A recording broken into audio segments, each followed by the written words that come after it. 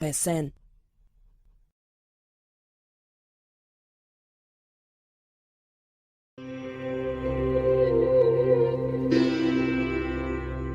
Welcome to Inspiration and Transformation from the Banks of the Ganga with Sadhvi Bhagwati Saraswati, an American sannyasi living at the Parmarth Niketan Ashram in Rishikesh, India.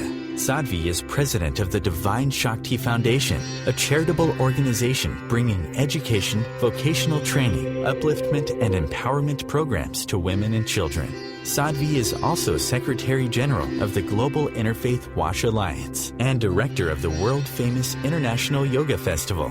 Join the musings of an American sannyasi as Sadhvi shares the wisdom and teachings of her guru, His Holiness Pujya Swami Chidanand Saraswatiji.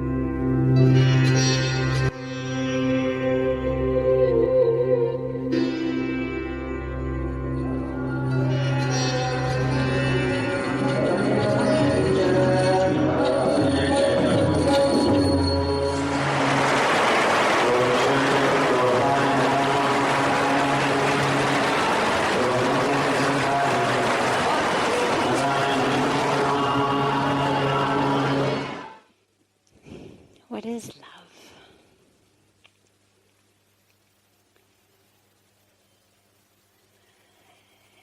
Love is something that brings life, is life in its truest form. Whether you watch a flower petals open, whether you watch the rain fall, whether you watch a sunset, whether you watch new babies of any species, we're able to see love unfolding, which is why all of those are moments that fill all of us with such joy, with such peace. It's like each of them is an example, a manifestation of the love of the Creator into the creation.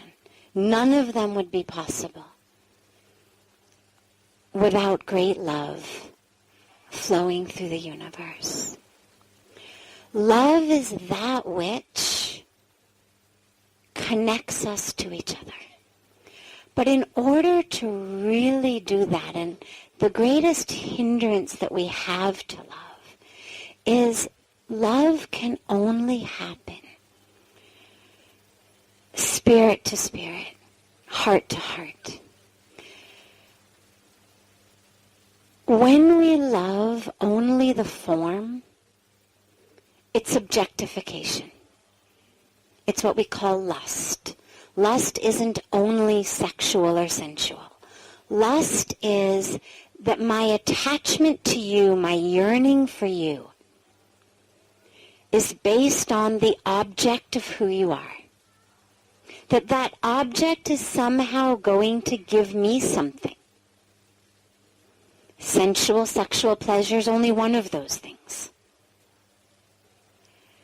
If what I need from you, what I'm looking for from you, is just from your form, this is objectification. It's not love. But we mix it up with love so frequently because what happens is most of us move through the world not feeling whole. The beautiful mantra that Nandini began with, Purnamada. It's a mantra that reminds us how whole and complete we are. The mantra basically says that, the capital T, that, is infinite. Whole, complete, perfect, full, divine.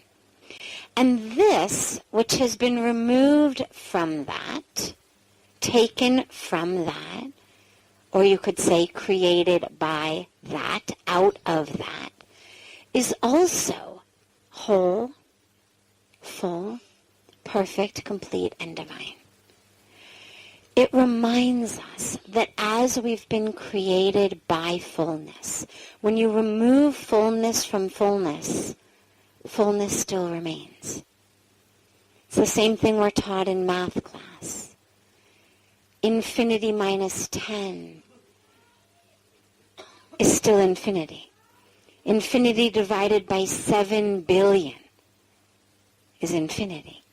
So if we've been created by that which is infinite and full, regardless of how many of us there may be, the laws of science and math tell us the same thing the laws of spirituality do, which is that creation is also full and whole and complete. And yet, the vast majority of us go through our lives forgetting that.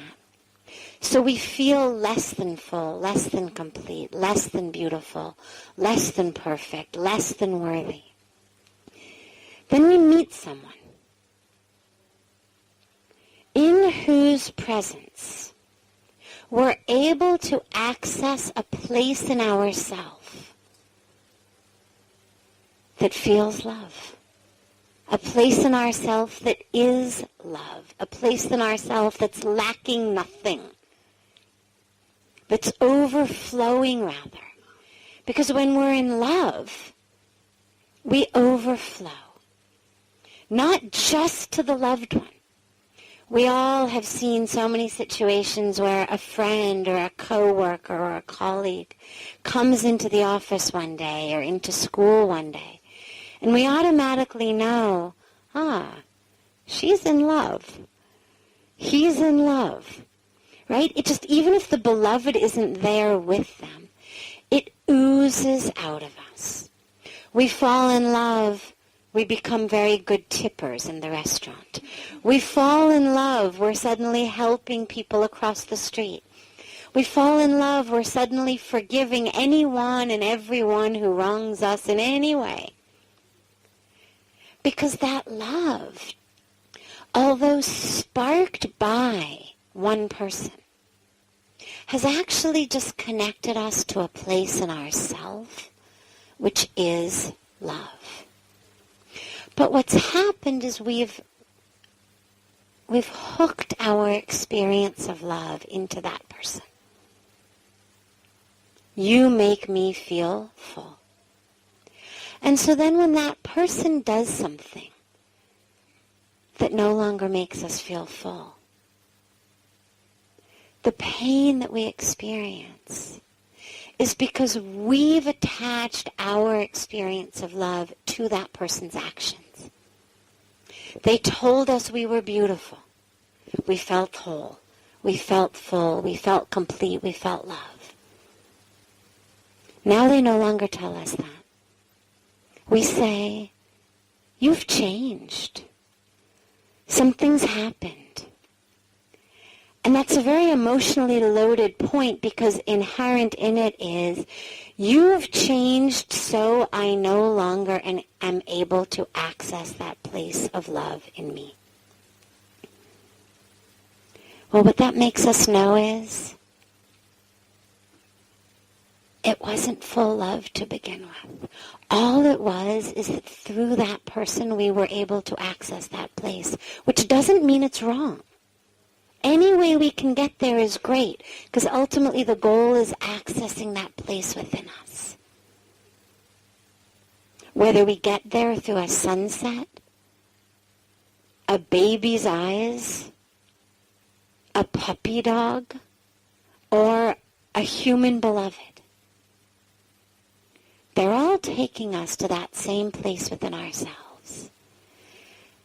The only problem comes when I've attached my experience of love to what you do or say or don't do or don't say. Then I've lost the love. I've shortchanged myself. I've deprived myself of this incredible experience that I'm actually generating from within. And I've said it's all about you and your actions, which means when you stop acting like that or speaking like that, I no longer feel love. And this is where we start to fight. Because I need you. I need you to act in a certain way or speak in a certain way so that I can feel love.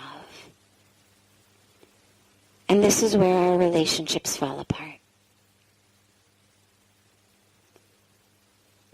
What love is both the means and the end. It's a joyous means, it's a joyous journey, it's a joyous path. Being in love is wonderful. But we have to remember, it's not only the means, it's also the end. That experience of love is the whole point. What got us there, how they're now acting, what they're now saying, is not the point. How can we stay connected to that place of love within us? And that's the key. Love is each of our true natures. It's who we are. Which is why being in love feels so good. But what we have to remember is that the source of that is within us. And that's why they say, when you give love, that's what you get. So many of us do the opposite. We go through the world feeling like, why am I not getting love? Because we're not giving love. Through giving it, it activates that source within me. So whether the recipient is receiving it with open arms or not receiving it at all is not the point. The point is that I've activated that source. So we just become love. Some of those in our auric field will pick it up and respond with love. Some will not. Some will be like flowers who open their petals. Some will be like brick walls.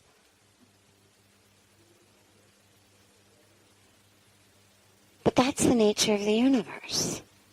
And ultimately the point is not whether I'm giving love to a flower whose petals are opening and gives me fragrance in exchange because, well, I've given something so I should get something back, like this is a two-way street. That's what causes love to unravel. Because then I'm not acting from source. I'm acting from the brain that's calculated how much love I've given and how much fragrance I've gotten back. When we act just from source, we just are love. And the fact that it causes flowers to blossom and people to open is a bonus. We are the first recipients of that. That love is the greatest gift we can give ourselves. Having it connect with others is a bonus byproduct. We are the first recipients of that. So don't rely on anyone else. That source is in you. And if you can, as spirit, as essence, connect to the spirit and essence of others, then we just get more, because then it's coming both from our source and we are able to be the flowers who blossom in the presence of other people's love. So then we get it from within and we get it from without. Whether it's other people emanating love, whether it's the rain, whether it's the sunsets, whether it's random babies' beautiful faces, whatever it is, we're able to pick up love wherever we go in the universe. This is OTR-FM, part of the IOM radio network.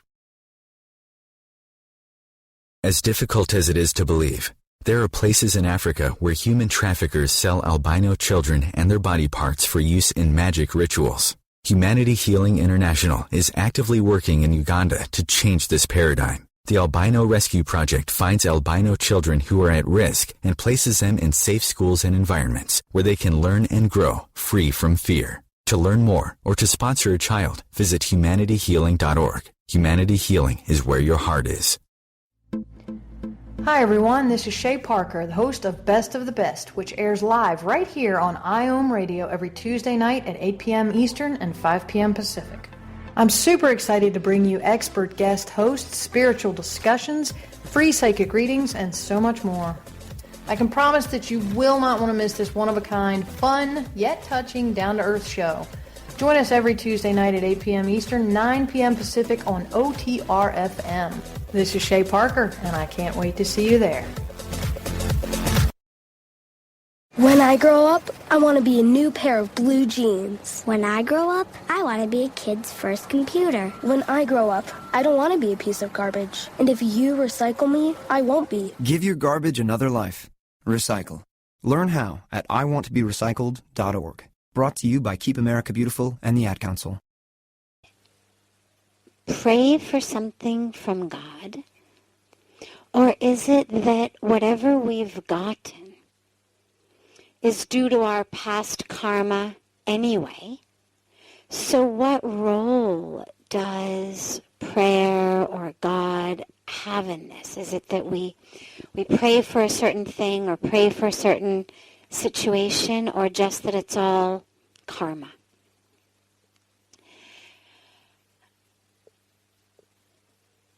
Prayer plays a very, very deep and important role in our life.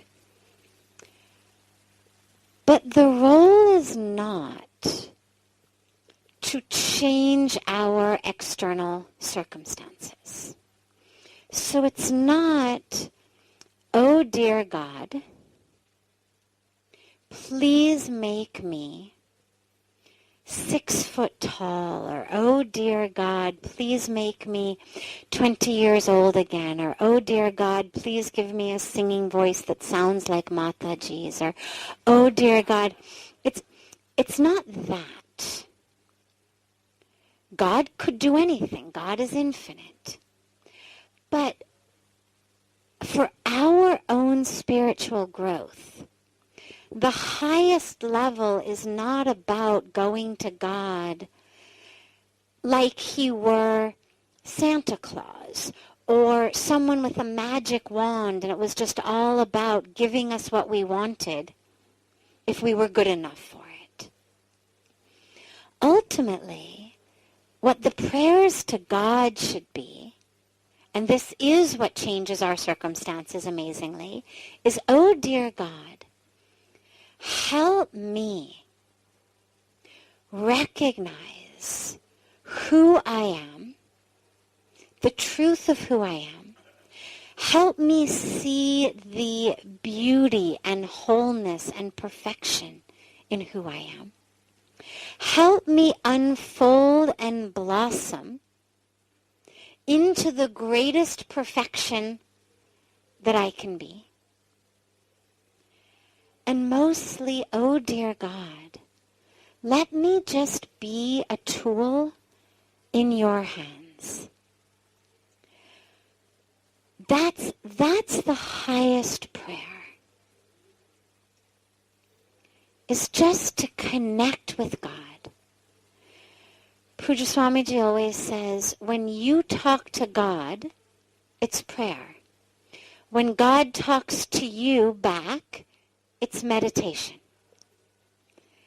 So when God answers our prayers, what we get is not a castle, not a mansion, not a Mercedes, not a perfect figure. But what we get is meditation. And what is meditation? That deep experience of the peace, the love, the wholeness, the consciousness that we really are. So prayer is very, very important. when we utilize it to just go to God. It connects us to God. It's the way of talking to God. But for so many of us, our lives have become just ways of getting what we want. And so whether it's we're hungry, so we go through the nearest drive-through. How can I get my stomach filled quickly? We want something, how can I just go online and order it? Everything has become this immediate gratification. One of the examples that we talk about frequently is the example of a vending machine. And for so many of us, we've learned to see the world, the universe, as a vending machine. And so we want something. And what we're told is, if you just do this prayer, say this mantra, get this degree, look like this, whatever our metaphoric dollar bill is, you put that into the machine, you push the button, you should get out whatever you want. And if you don't, it's that you've got the wrong mantra or a certificate in the wrong thing or the wrong guru or you're praying to the wrong God. Because our whole model has become getting what we want. It's all about just fulfilling our desires. Or as Pujya Swamiji says, getting our lists. That we go to God with a list.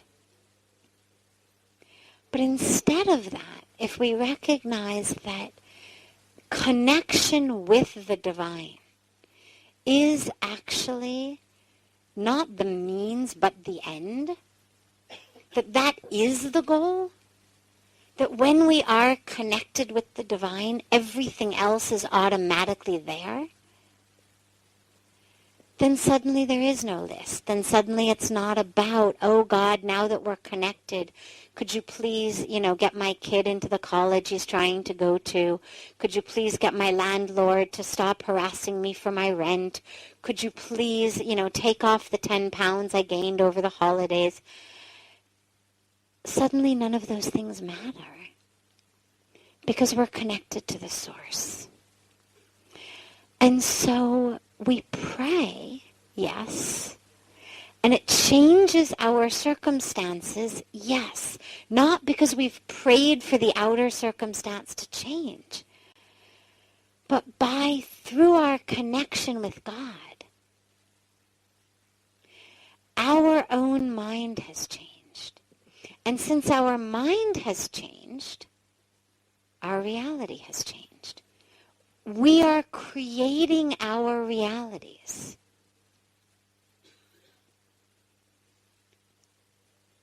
So it changes. So it's neither about just a sense of accept it and never try to change it, nor is it about asking God to change it. It's about asking God to give us that level of connection, to give us that level of awareness, that level of experience of who we are, through which our vision changes, through which who we are changes.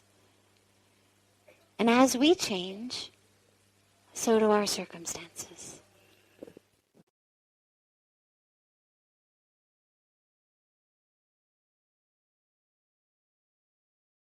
This is OTR-FM, part of the IOM radio network. Being a radio host on IOM FM allows you to build your show on a rich platform with the power of the internet to fulfill your outreach goals and connect with a very specialized and global online audience, unlimited by time and distance. OMTimes Radio will provide you with web relevance, a recognizable conscious brand, and with the standard of excellence that has accompanied every single OMTimes endeavor. Host your show with OMTimes Radio Network. Do you have time to read that inspiring book or that blog post you've been meaning to get to? In your busy world, how do you improve yourself and keep your life going? I'm Lisa Kay, and my Between Heaven and Earth radio show can transform your life just by listening. Be uplifted with inspiring topics, positive stories, and ideas that really work. Between Heaven and Earth radio is conscious living for your soul, every Wednesday at 4 p.m. Eastern Time. Like Baldwin with People for the Ethical Treatment of Animals. I grew up loving circuses and other traveling animal shows, but it never occurred to me what life might be like for the animals.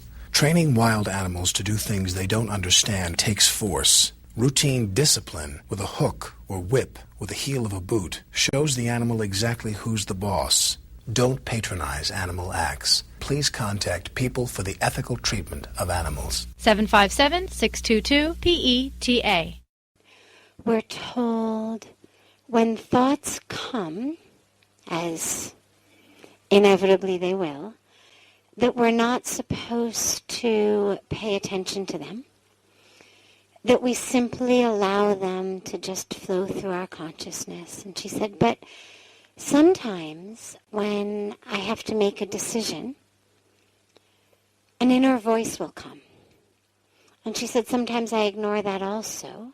But how do you know when you're supposed to listen to that voice, when it's really the voice that's supposed to guide you? It's a wonderful question, because in meditation so frequently the answers to things that have been troubling us at other times will just spontaneously arise. Our own mind tends to be our own worst enemy, and in most cases the answers to that which troubles us are not rocket science. The path is actually very frequently quite clear, and yet our own minds, our own fears, our own desires, our own confusion, our own programming, whether from our families, whether from our culture, whether from society, we've all absorbed quite a bit of programming. And so all of that swirls around in this mess in our minds, preventing us from being able to see what so frequently really is a very clear path, or the clear decision. And when we sit to meditate, and the mind stills, that answer becomes obvious. It's not that we're trying to figure it out in our meditation, but just in that space that we've created by slowing the mind and stilling the mind, the answer comes. This is beautiful when it happens.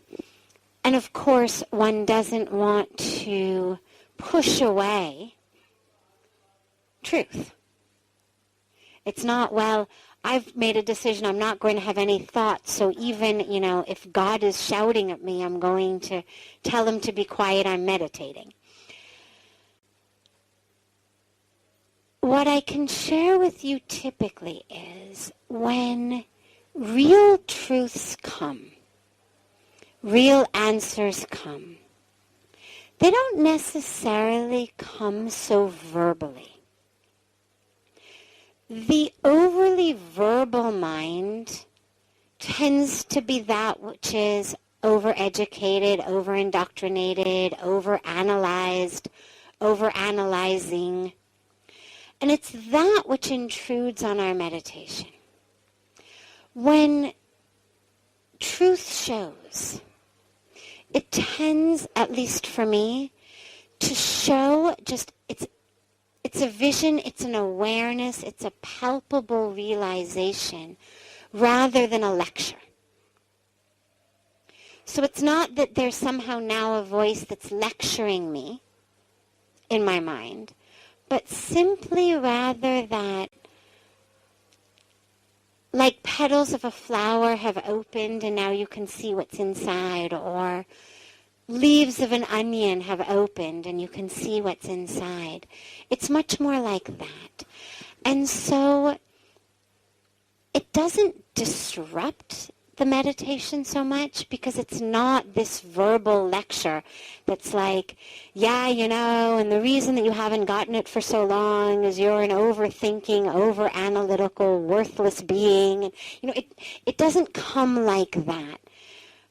When it does, that's when we know it's just another thought to let breeze by.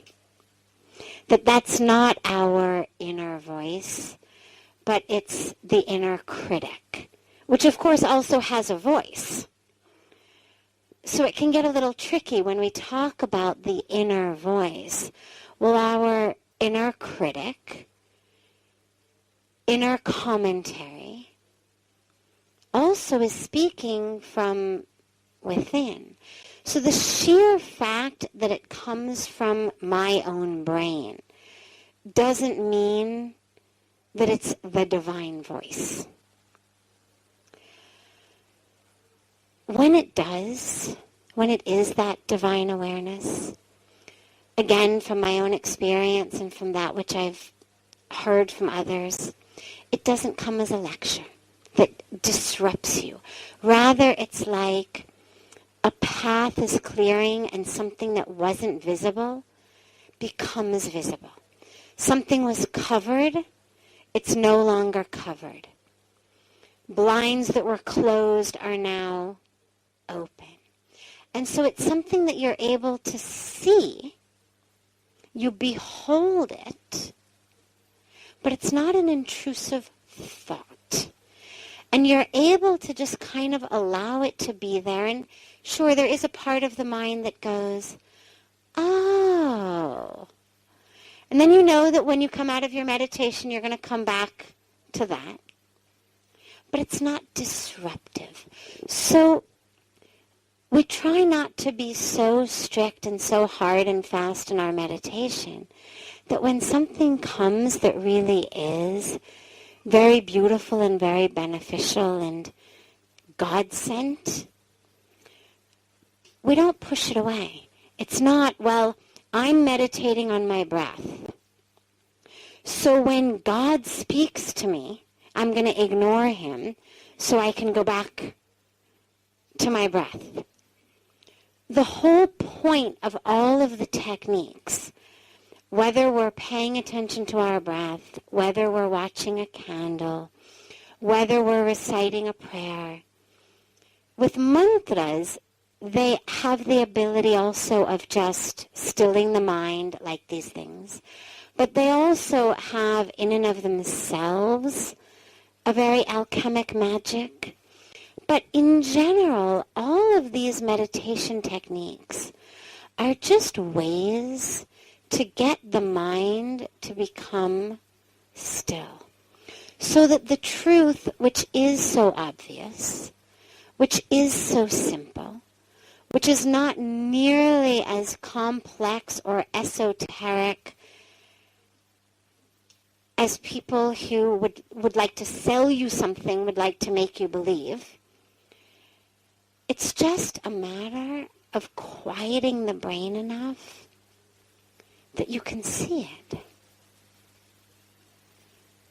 So as you meditate and you get quiet, that truth absolutely may reveal itself. Allow it.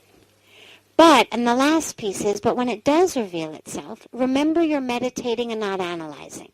So it's not that the truth reveals itself and then you say, oh my God, wow, I've waited so long. I wonder why it took so long for this truth to reveal itself. All right, so the minute I'm done meditating now, what I'm going to do is I'm going to get up. So we don't do that. We're still meditating. We don't shift into planning mode or analyzing mode or judgment mode. We allow the awareness, knowing full well that it's going to be there when we come out of our meditation. And then we go back, whether it's to the breath, whether it's to the mantra, whether it's to a prayer.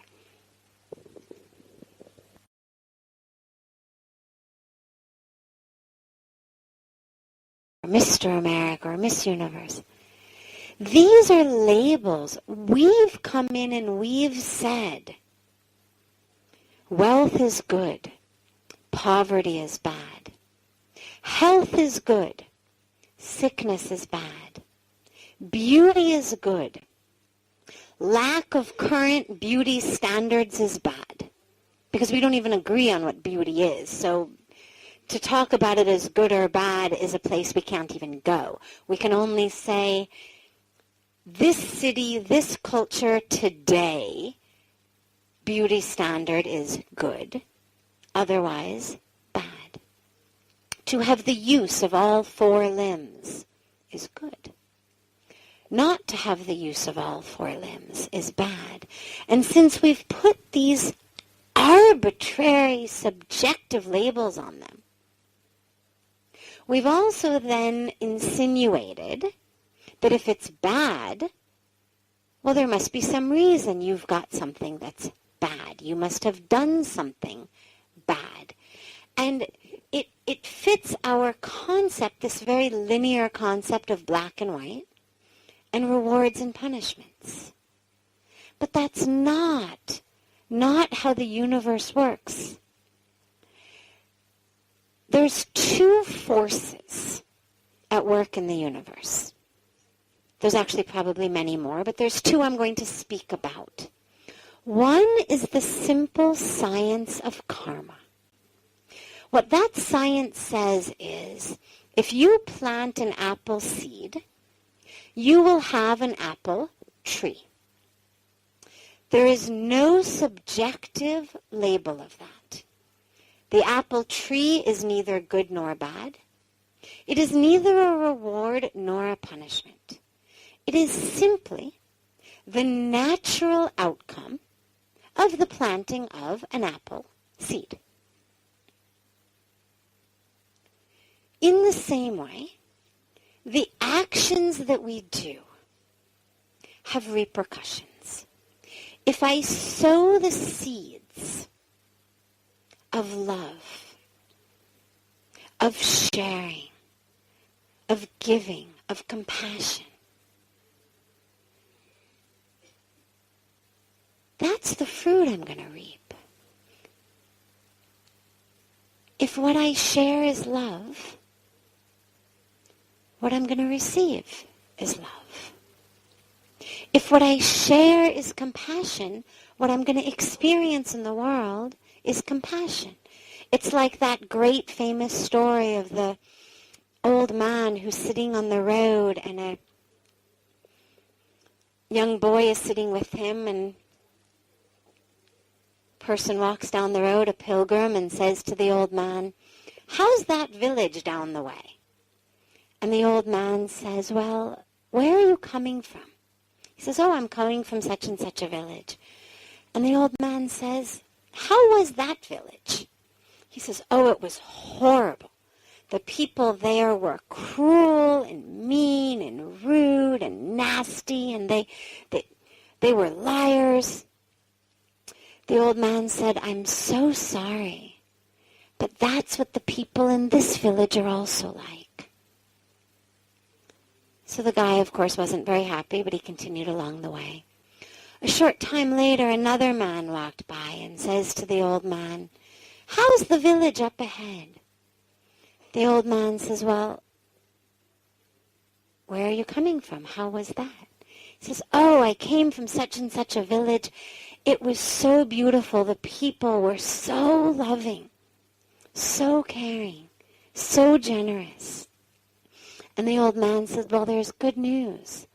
That's exactly how the people in the next village are." And the young boy sitting with him says, but there's only one village up ahead. How is it that you told the first guy the people there were horrible, and you told the second guy the people there were so nice?" And the old man said, "Because the first man sees meanness, evokes meanness. The second man sees love, evokes love. It's like when Puja Swamiji always says, if we're in peace, what do we share? We share peace. We exude peace. We manifest peace. When we are in pieces, We share and manifest and exude pieces. So the law of karma says what I do, what I plant, what I share is going to have repercussions. It's like Newton's law of physics. For every action, there is an equal and opposite reaction. Okay, so that's karma. It also, you'll note, has nothing to do with rewards or punishments. You got a peach tree because you planted peach seeds. I got an apple tree because I planted apple seeds. You didn't get the peach tree because God was happy with you and unhappy with me. Or your stars were in the right place, my stars were in the wrong place. You chanted the right mantra, I chanted the wrong mantra. We got them because of the seeds we planted.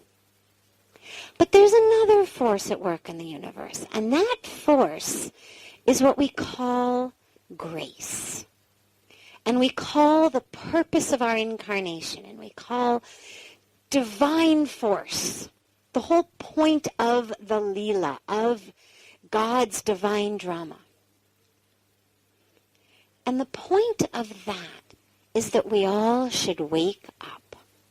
That we all should recognize and experience and know the truth of who we are as divine, as love, as pure consciousness.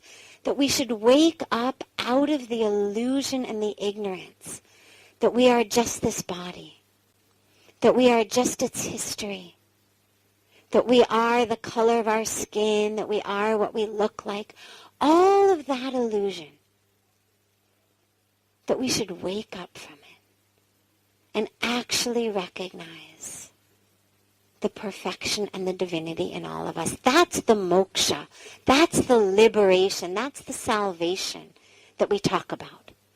And with that force, everything we are given, whether it's an apple tree, whether it's a peach tree, whether it's 4 limbs, whether it's 2 limbs, whether it's 1 head or 2 heads, is given to us because that's exactly what we need to take our next step toward that consciousness. And so if what we've been given is poverty or physical challenges, it's not because we've been bad and have been punished or we did some sin. It's because it is through that experience that we will take our next step. It is that exact situation that is the most conducive to our next step to God. That in that experience of challenge, of poverty, of failure, of hurt, of loss, that we take our next step. The only sin is failing to recognize that and failing to use it and seeing it as though you've been punished and therefore missing the entire point. Because then we've missed out not just on that experience but on our entire human birth. Then we spend the entire human birth feeling bitter. Why someone else has 4 working limbs and I only have 1 or 2? Why someone else has such a big bank balance and I have such a small one? Why someone else is successful and I'm not? We're bitter at them, at the universe, at God, at ourselves. So we miss the point of the situation we were given. We don't use it for our awakening. And we make the situation worse and ensure that we're just going to have more and more of these situations by being bitter about it. Because as we all know, until we learn a lesson, the universe has an amazing way of giving us the exact same situation over and over and over. It's not like God says, oh, you didn't like the lesson this way? No problem. Let me cover it with chocolate syrup next time. You didn't get it this time. You're just going to get it in exactly as difficult a way next time until you get it. Because that's the step you have to take. So, in summary, last but very worth repeating, should anyone have missed it, not a handicap, nor poverty, nor any life situation is a punishment for sin. It is, nor is it a reward for good behavior. It is all given to us because it is that situation that is most conducive for our next step. And if what we want in our next step is a peach tree, today we should plant peach seeds. This is OTR-FM, part of the IOM radio network. Have you ever wondered how to change your love paradigm? The secret key is finding a love partnership, not just a regular connection. How do you find these? Through conscious relationships. Ascending Hearts Dating is a dating site for people like you that believes in second chances and a different type of spiritual connection. Try Ascending Hearts for free today at ascendinghearts.com and change your love paradigm. Ascending Hearts, the premier dating community for the spiritually awake. Circle of Hearts Radio is a sanctuary on the airwaves. Join me, Grandmother Elia, in the circle on Sunday 2 p.m. Eastern as I share information to both enlighten and nourish your soul. I want to thank my mommy for loving me so much, For taking me to the doctor when I broke my foot. For leaving me alone when I wanted to be alone. And now, as a grown-up, I'm thankful for being able to take care of you, my dear mom, for taking you to your therapies, for understanding that sometimes you simply want to be alone. Roles change without us noticing. That's why AARP gives you the information to provide even better care for your loved one. Visit aarp.org/caregiving. Brought to you by AARP and the Ad Council. The question was about a guru. Why do people search for a guru? Why should we have a guru? Why do we need a guru?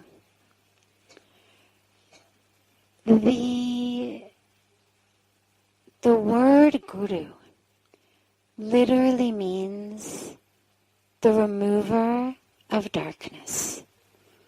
That's what the word means. And so as we look at it, we ask ourselves, what darkness? What darkness is it that we are needing to remove?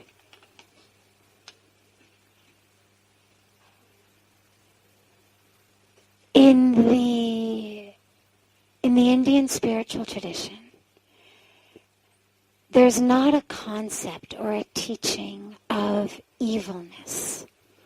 It's a teaching of ignorance and a darkness of ignorance. And it's that darkness that we need light for. It's not that the core of who we are dark.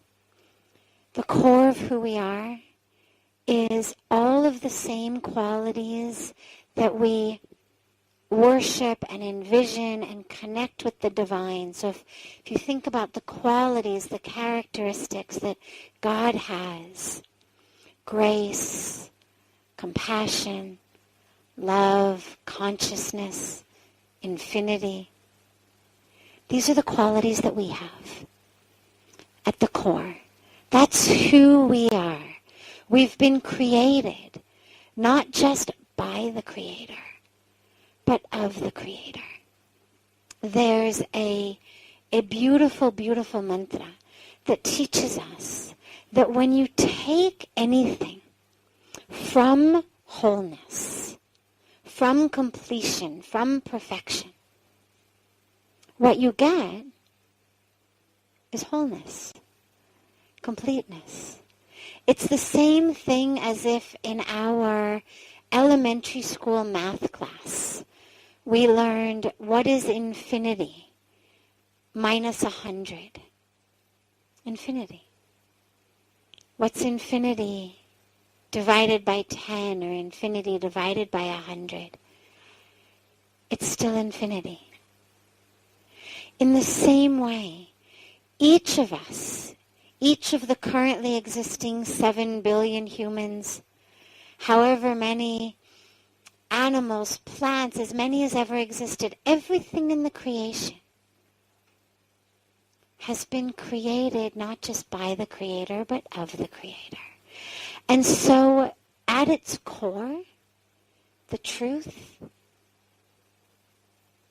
is wholeness, completeness, perfection, light, all of that. And yet, when we speak then about darkness, suffering, that would lead us to realize, oh my God, I really need a guru. It's the darkness of ignorance. It's not that the core of who I am is dark. It's not that I need someone to turn me from being dark to being light. It's that I need someone to remove the darkness that doesn't allow me to see the light and to live in the light. That darkness comes when we identify with the body, with this external identity, with what we look like, where we're from, what we own, how much we make. Because all of that is the root of suffering. If you took a poll and we just went around the room and we said, okay, what are you suffering from? What are you suffering from? What are you suffering from? Each of us would give something that has to do with the illusion of thinking that we are the body or we are our relationship. So we might say things like, I'm suffering because my mother-in-law just, she can't let me live my life. She's always criticizing me. Okay, so that's my relationship. What another person says or does has created suffering in me. Or I'm suffering because I worked for 3 months or 3 years on this project. And then someone else put their name on it and took it to the boss. So again, the suffering is because I've identified with the doer of that project, with the person who didn't get the raise or the promotion or the credit. Or I'm suffering because, it was the holiday season and I gained 10 pounds and now none of my clothes fit and I feel really, really ugly when I look in the mirror. So again, I've identified with something that's outside. So for each of us sitting here, we'd have a different cause of suffering. But each of them would be due to something that's connected to the physical body, that's connected to my identity and how it relates to others, that's connected to this sense of I as a separate being, therefore entitled to my raise, to my promotion, to my recognition, to my slender figure, to all of the things that I've identified as uniquely entitled to. So that's the darkness.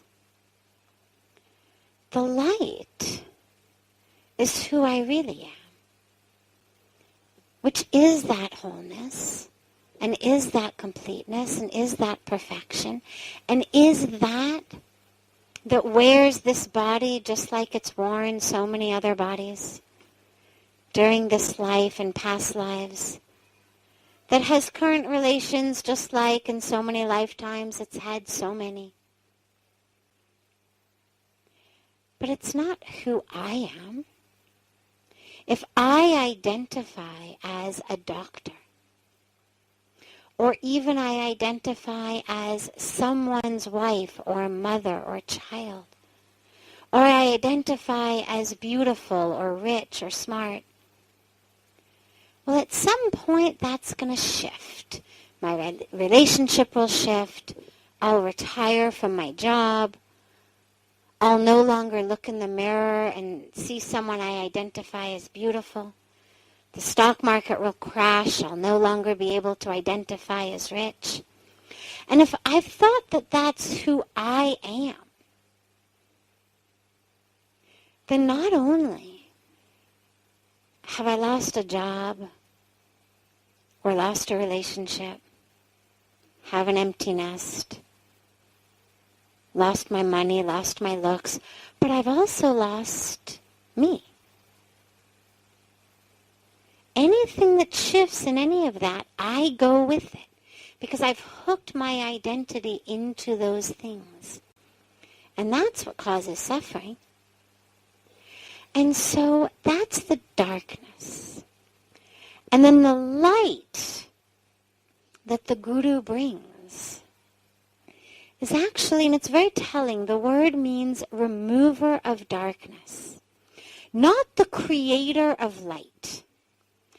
And even though they may sound sort of synonymous because either you've got darkness or you've got light, and so either we could say one who removes the darkness or one who creates the light, they're actually not synonymous. The light has always been there, but we cannot see it. We do not live in it. And what the Guru does is removes the darkness so that we can see the light.